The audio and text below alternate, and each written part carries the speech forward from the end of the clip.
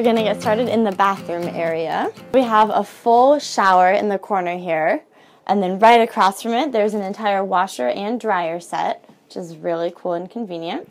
And then a little closet right above it.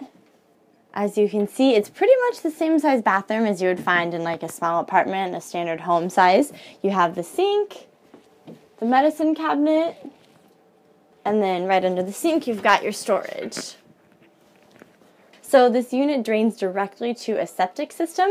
There are no holding tanks in here. So we have a standard toilet, not a composting toilet. So what that means is all of your shower water, all of your kitchen sink or soapy dishwater can all be drained directly to the septic or straight to the ground.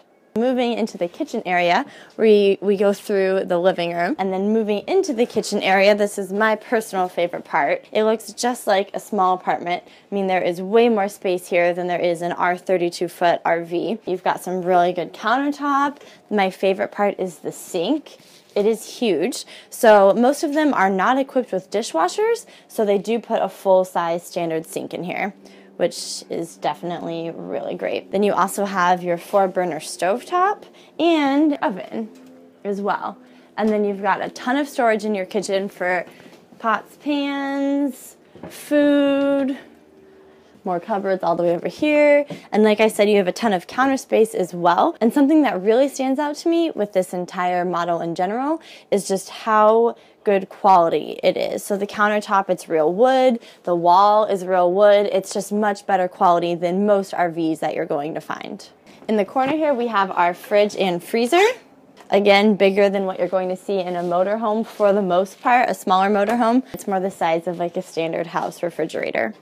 And then we have the dining table for 2. If it's just 2 of you living in here, then this is the perfect size table. Now I want to head upstairs and show you guys the main loft area.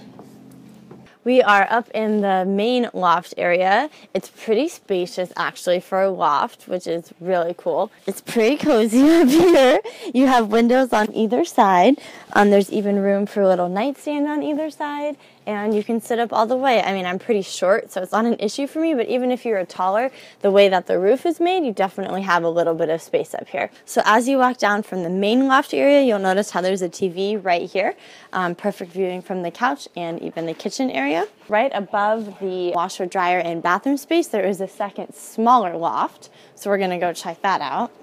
It's definitely about, I'd say, half the size of the main loft, but it's perfect for even if you have kids or if you have guests over. You could even put a little bit of a bigger bed up here if you wanted, but the twin is perfect. You can put pillows on the back and also use it as a reading lounge space.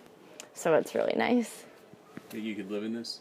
Yeah, definitely. This is awesome, but it's definitely spacious. It honestly is just like a really well-built, small apartment that you can take across the country. My favorite aspect of this tiny home is definitely the quality. That's what stands out to me the most. Just the quality of the structuring, the wood quality. It feels like an actual home with a great foundation, just at a smaller scale, as opposed to an RV that sometimes isn't made as nicely as something like this is. So it definitely feels stable and secure, and it's not going to fall apart when you're driving down the road.